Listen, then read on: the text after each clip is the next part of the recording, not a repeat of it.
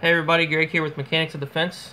I got a couple of reviews coming at you and a few info on some news updates, both for Ohio and Michigan, like I mentioned in my vlogs. So sit tight and we'll discuss what's going on.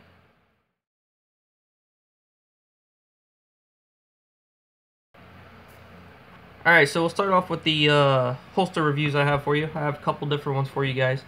An outside the waistband holster.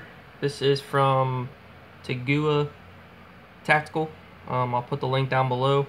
I do not think that there is a product number on here, but I'll put the link below on where you can get it. Sorry about that, get some light going here. The other holster is inside the waistband. It is the Santis Rawhide. It's got the extra layer on it. The product number is 10614. This is made in the USA. I don't think you can see that very well. But again, I'll put the link for this as well below. We'll go ahead and start with the inside the waistband holster. I use this one on my off days, you know, just out and about in my normal street clothes and whatnot. It's just a pretty simple holster, no retention at all. It's in the waistband, so you really don't need that. It's going to be covered up, so it doesn't really need much of retention. Has a couple nice features though. It is made of rawhide. It's not your typical cowhide leather, so there's some texture to it. I don't know if you can see that very well or not. The back's pretty nice. The clip on it, it does have a real tight clip to it, so it clips onto your pants leg, and then this hook here actually hooks underneath your belt.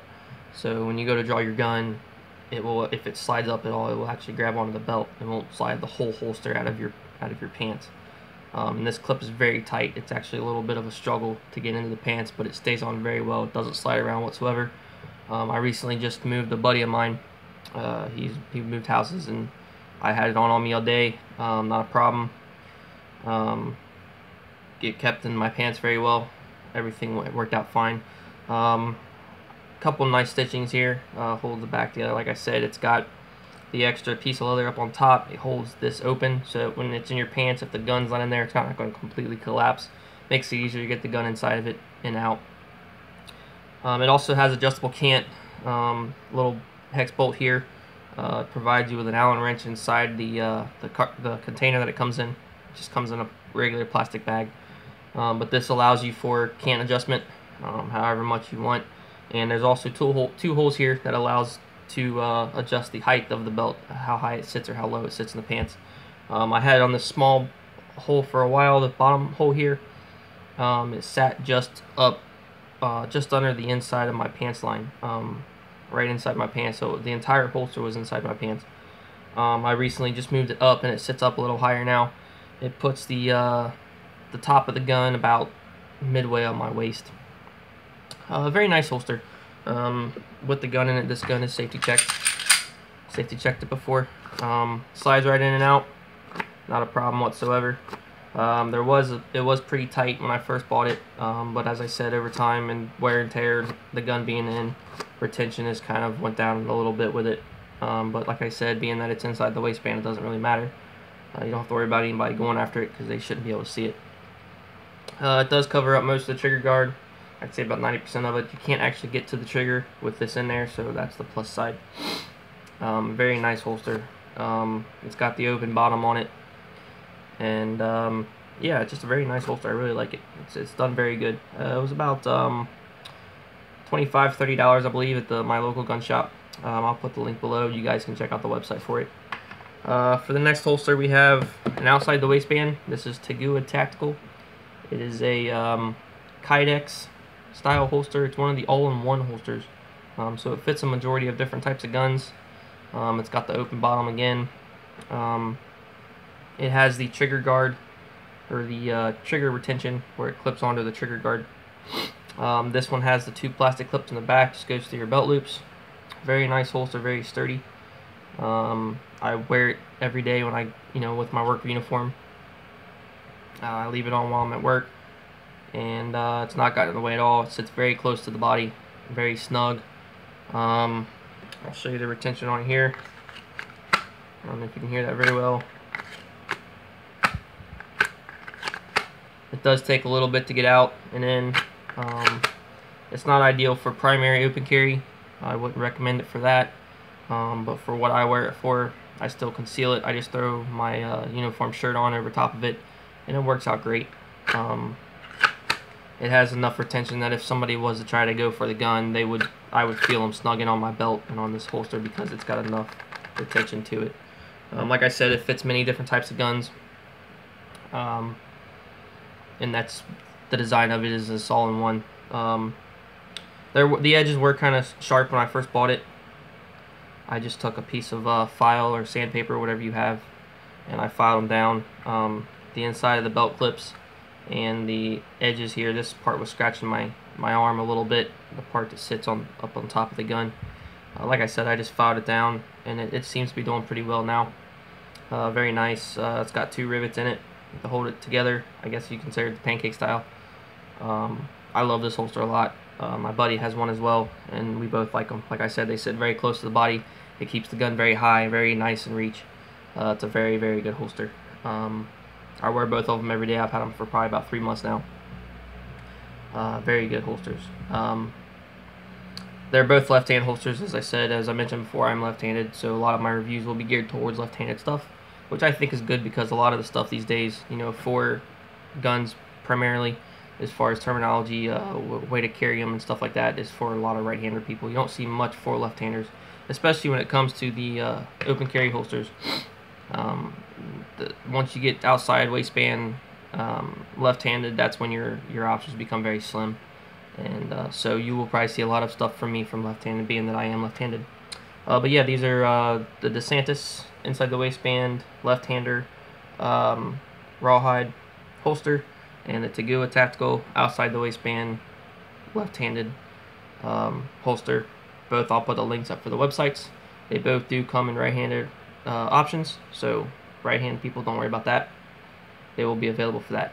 Alright, let me move on to the very important news we have. For people in Michigan, you guys have some very good news. Just back in June 7th, there was a meeting for constitutional carry for Michigan.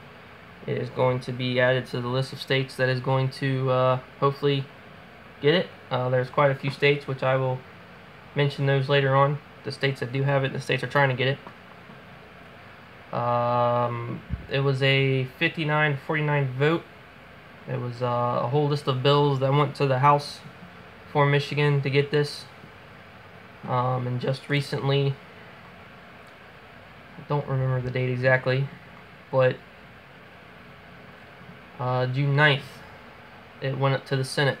It passed the House, and it's now going to the Senate. I haven't heard anything since, but that's very good that it passed the House and is going to the Senate. That's very good news for Michigan. Constitutional carry is a very good thing. It does away with having to have a permit.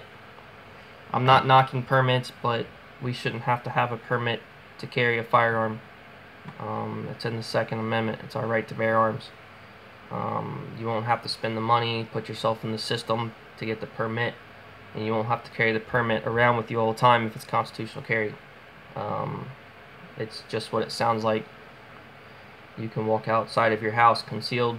Nobody has to know about it, and you don't have to spend all the money. Now, that's not saying that you should go ahead and throw classes out the window. I'm still very much for taking a class or two to get the basics down and to get information under your belt for carrying. Classes are very good. As I've always mentioned, I never stop learning, and you shouldn't either. You should always have some kind of classes from a professional under your belt. Make sure it's a professional, somebody who is certified, by NRA or anything of the sort that has history and knowledge of what's going on. So I'm not knocking classes whatsoever. I am 100% for taking classes. I took a class for my license, obviously, and I loved it. And once I get the chance, I will be taking plenty more. So that's very good news for Michigan. They're moving on to become constitutional carry. Even better news is for Ohio. All of you Ohio residents. I am a Ohio resident myself. Just 2 weeks ago, I believe it was, they sent a few bills to the House. They had a meeting up in Columbus. I believe it was Columbus. Somebody correct me if I'm wrong. But they had quite a few bills set forth that they had a meeting about.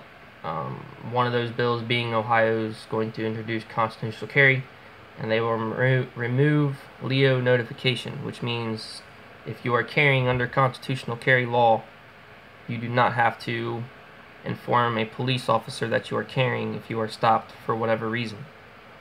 Now, if you have your permit, you have to instruct the officer that you are carrying and where the permit or where the firearm is, and you have to hand them your license with your permit license. At this point, you do not have to hand them or tell them that you are carrying. I do believe you still have to give them your permit though, along with your license. I could be wrong, but you don't have to inform them. Another bill that is going to be put into effect that they're talking about is they are wanting, this is something that we do not want, they are wanting to store a bill to store firearms to prevent access by minors, which basically means, and I will put these links to this website as well below. This is Ohio Buckeye Firearms. They want to basically, if you are in a firearm, you have to store it. If there are kids in the house, by law, you would have to store it into a safe place where kids cannot get a hold of it. For those of us who are for all of this carrying, we understand that that's not good. It's good to have it in a secure place where children can't get a hold of it, but also children should understand firearm safety. If they're taught at a young age, that will be good. But to have the gun unloaded is not safe. If something was to happen, you need to be able to get to your gun quickly and have it ready to go at a moment's notice. I do believe that is it with the news. I haven't heard anything yet anymore about Ohio's constitutional carry. Hopefully this can move forward. It was just a hearing just about a week ago or so. So let's hope that it can move forward. Please do your part as a citizen to inform the appropriate people that you are for this, and that we can get this passed so Ohio can be constitutional carry. Going back to the list of constitutional carries, there are 24 states that are planning to introduce it. We talked about Ohio and Michigan. The others are Alabama, Colorado, Georgia, Indiana, Iowa, Kentucky, Louisiana, Maine, Minnesota, Nevada, North Carolina, Oklahoma, Oregon, Pennsylvania, Rhode Island, South Carolina, South Dakota, Tennessee, Texas, Utah, Virginia, and Wisconsin. There are 15 states that already have it. And those states consist of Vermont, which they've had it since the beginning, 1791. Montana since 91. Alaska since 03. Texas since 07. Arizona since 2010. Wyoming since 2011. Arkansas since 2013, Kansas since 2015, West Virginia since 2016, just last year, as well as Idaho and Mississippi, and this year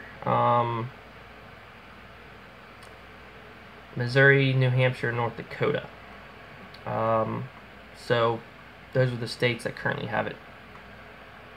The states I mentioned before are the ones that are working on getting it. Let's hope they can get it passed too. It'd be great to have constitutional carry throughout the entire country, because even though it's a good thing as of right now, if your state has constitutional carry, then you have to be careful what states you travel to or that you travel through. If your state has constitutional carry and you're going through a state into a state that does not, and you don't have a permit, things can get sketchy. Because a permit and a constitutional carry are two different things. The permit's a good thing because it gives you reciprocity in states, as long as your state is recognized by other states. So if the entire country can get constitutional carry on board with that, that will be even better. No more permits. So those are some good things happening, and I will make sure I keep you guys updated with that as it progresses through. All links will be in the description below. I'll make sure I post the links for the holsters and for all the information I just gave you guys.